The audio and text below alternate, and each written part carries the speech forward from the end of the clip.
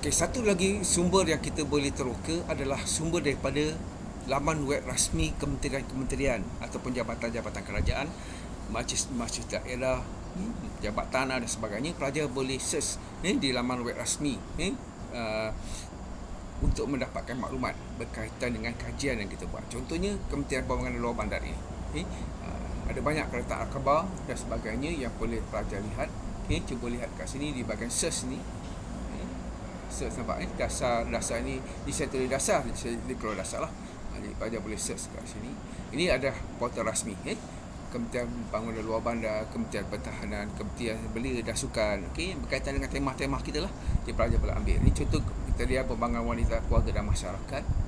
Ini juga ada banyak bahan yang boleh kita gunakan. Perpustakaan koleksinya. Inilah laman web rasmi Perbandaran Perpustakaan Awam Negeri Sembilan. Perpustakaan negara semua ada. Jadi pelajar boleh gunakan ini. Ini ada unit perancangan ekonomi Jabatan Perdana Menteri, ada keratan akhbar. Juga pelajar boleh search dan cari maklumat. Mana tahu ada yang berkaitan dengan kajian yang kita buat. Jadi banyak sumber sebenarnya pelajar dengan mencari, meneroka, mengumpul maklumat daripada maklumat dalam jaringan ataupun secara online ini. Ini adalah Suruhanjaya Perkhidmatan Awam Malaysia. Jadi pelajar bolehlah ada banyak juga keratan akhbar dan maklum balas daripada aduan akhbar dan sebagainya.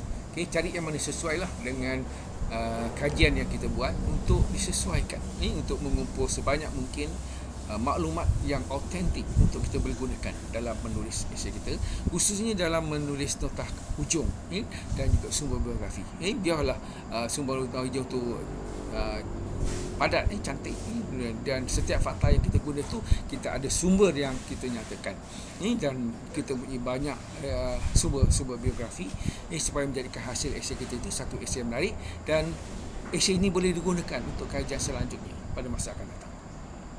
Ini contoh pustakaan. Satu lagi adalah perpustakaan misalnya Perpustakaan Belanaan Malaysia, Perpustakaan Awam pun banyak. Ini ialah Arkib Negeri Sabah contohnya.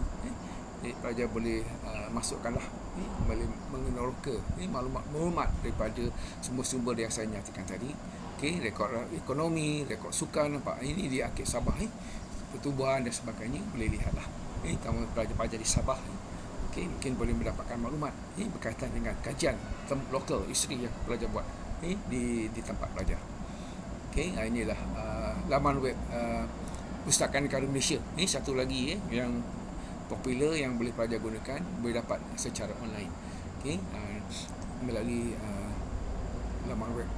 Kena daftar dulu, kena masuk jadi ahli, baru boleh akses ke dalam Perpustakaan Negara Malaysia secara online ni. Ini Perpustakaan Negara Malaysia selalu berada di sisi anda. Jadi macam-macam maklumat boleh pelajar cari tanpa perlu ke Perpustakaan Negara. Ini cuma secara online dekat sekarang ini. Ini contoh-contoh lah. Pelajar boleh search dalam laman web Perpustakaan Negara Malaysia untuk mencari maklumat tersebut ataupun membuat kontak secara langsung dengan ini contoh-contoh keratan akhbar utusan Malaysia daripada perpustakaan yang dikumpul oleh Perpustakaan PKG Kampung Ipoh, Kampus Ipoh. Ini adalah IPG Ipoh, IPG Kampus Ipoh. Juga boleh lihat. Satu lagi yang terakhir ada ini contoh arkib yang ini berbayar. Para pelajar memang banyak labahan tapi kita kena bayar. Ini melibatkan kos lah. Saya rasa tak perlu pun sampai kita nak mengeluarkan wang yang banyak untuk mendapatkan bahan tapi saya tunjukkan saja. Ini memang banyak lah sumber-sumber yang kita boleh perolehi daripada online finding it tapi ini adalah laman web yang berbayar untuk mendapatkan bahan-bahan ini. Sama ada bahan arkib, jenis-jenis rekod dan sebagainya, sumber banyak yang pelajar boleh teroka, tetapi dia perlu dibayar, bukan percuma laman web ini. Dari segi image, audio, dokumen, video, artifak, ni semua ada dekat dalam ni tapi ada harganya lah, sangat mahal. Jadi pelajar boleh tengok sajalah yang sesuai saja. Ini adalah contoh-contoh yang kita boleh gunakan untuk mendapatkan maklumat yang autentik, maklumat yang yang apa yang orang kata sebagai maklumat yang bersifat yang ilmiah, yang boleh diakui keabsahannya untuk memberikan satu esei kita yang baik. Bukan kita ambil daripada blogspot yang tidak pasti dari segi keturunan keaslian sumber yang digunakan. Pelajar gunakan laman web rasmi, gunakan portal-portal rasmi yang saya nyatakan tadi untuk memperolehi sumber pertama, sumber kedua dan juga sumber ketiga yang berkesan. Jadi pelajar gabungkan semua maklumat yang kita peroleh secara online ini. Macam saya kata tadi, penting kita mencari di mana kita nak cari.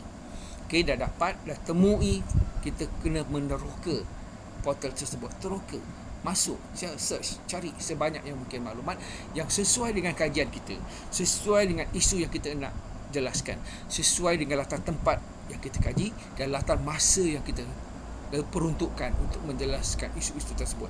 Dari semua bahan itu pelajar kumpulkan dahulu, asingkan sumber pertama, sumber kedua, sumber ketiga dalam buku catatan. Kemudian baru kita menulis. Kita masuk tahap yang kedua, kita menulis esei. Jadi bila kita menulis esei itu, kita gunakan semua bahan yang telah kita kumpulkan tadi, sebab kita dah nyatakan siapa pengarangnya, tajuk karangan tersebut, mana buku ataupun siapa yang terbitkan, tahun bila diterbitkan, dan buku surat berapa, artikel ataupun petikan yang kita ambil, yang kita gunakan dalam esei. Semua itu dinyatakan dengan sistematik. Itulah cara kita menulis esei sejarah yang baik. Jadi kita kumpulkan semua maklumat itu. Setelah saya kata tadi, kita mencari, kita meneroka, kita kumpul, kita catatkan dalam buku catatan.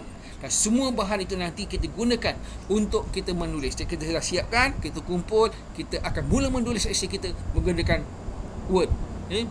Menggunakan Word, dan di situ kita mula mengarang. Mula dengan pengenalan, kita menjelaskan persoalan kajian yang kita letakkan dalam proposal itu. Berdasarkan sumber yang kita ada, kita hasilkan, kita menjawab satu-satu persoalan. Soalan pertama, soalan kedua, soalan yang ketiga misalnya. Dari situ baru kita menulis penutup kepada esei itu. Maka selesailah esei kita. Dan di bahagian ujung tu kita letakkan nota hujung, sebab kita letakkan dalam referen itu tadi apakah sumber yang kita gunakan untuk menjelaskan sesuatu evidence atau fakta yang nak kita tulis. Kemudian akhir sekali kita tulis bibliografi. Berdasarkan semua sumber yang tadi, kita nyatakan sumber beza nota hujung dengan sumber bibliografi. Dalam bibliografi tidak perlu kita tulis halaman ataupun muka surat. Halaman dan muka surat hanya kita gunakan dalam nota hujung. Itu bezakan nota hujung dengan bibliografi ataupun sumber rujukan. Itu antara perkara penting yang boleh kita gunakan dalam menghasilkan satu esei yang baik untuk membolehkan kita dapat markah yang baik dalam menulis esei. Pelajar teruskan, jangan putus asa. Masih banyak peluang, masih banyak bahan yang boleh kita perolehi daripada sumber yang pertama. Berdasarkan bahan ini, pelajar juga boleh membuat temu bual. Membuat temu bual secara online. Dengan orang sumber yang kita gunakan. Kita kaji tentang dasar ekonomi baru, mungkin kita boleh dapatkan orang sumber yang berdekatan dengan kita, yang terlibat dengan dasar ekonomi baru, kesan daripada dasar ekonomi baru itu. Misalnya ibu bapa kita sendiri, jiran-jiran kita sebelah yang kita tahu, yang kita boleh hubungkan dia, berhubung dengan mereka hanya melalui email, melalui WhatsApp, melalui Telegram, untuk kita menghasilkan satu temu bual dan kita kaitkan dengan esei kita. Itu antara tip yang saya boleh berikan.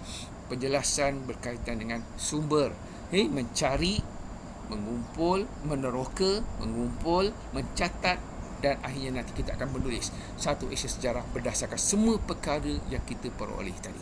Kita bukan ambil mana-mana esei kemudian kita ubah suai esei itu jadi esei kita. Itu bukan esei, itu plagiat. Jadi hati-hati bila kita menghasilkan satu esei, pastikan esei kita itu esei yang berdasarkan apa yang kita kaji. Berdasarkan sumber yang kita buat, supaya kita menggunakan disiplin ilmu ini sebaik yang mungkin. Kita dapat ilmu, kita dapat pencapaian, markah, dan kita dapat ilmu menghasilkannya. Bukan kita ambil jalan singkat, jalan mudah untuk menghasilkan esei dengan copy and paste. Itu sesuatu yang tidak wajar. Sebab plagiat adalah satu kesalahan besar yang boleh menyebabkan esei itu tidak diterima Ini dari segi pemarkahannya. Jadi berhati-hati dalam menghasilkan satu esei. Pastikan biar esei itu tajuk tak hebat, tetapi cara penulisan kita itu betul, menggunakan format yang betul, berdasarkan kepada evidence yang perlu dinyatakan. Itu sama ada sumber pertama, sumber kedua dan juga sumber ketiga. Gabungkan ketiga-tiga sumber ini untuk menghasilkan satu esei yang baik. Selamat maju jaya, teruskan para pelajar. Semoga kita berjumpa di masa akan datang. Terima kasih. Okey, teruskan, kita jaga SOP, kita sama-sama memutuskan rangkaian COVID-19. Terima kasih.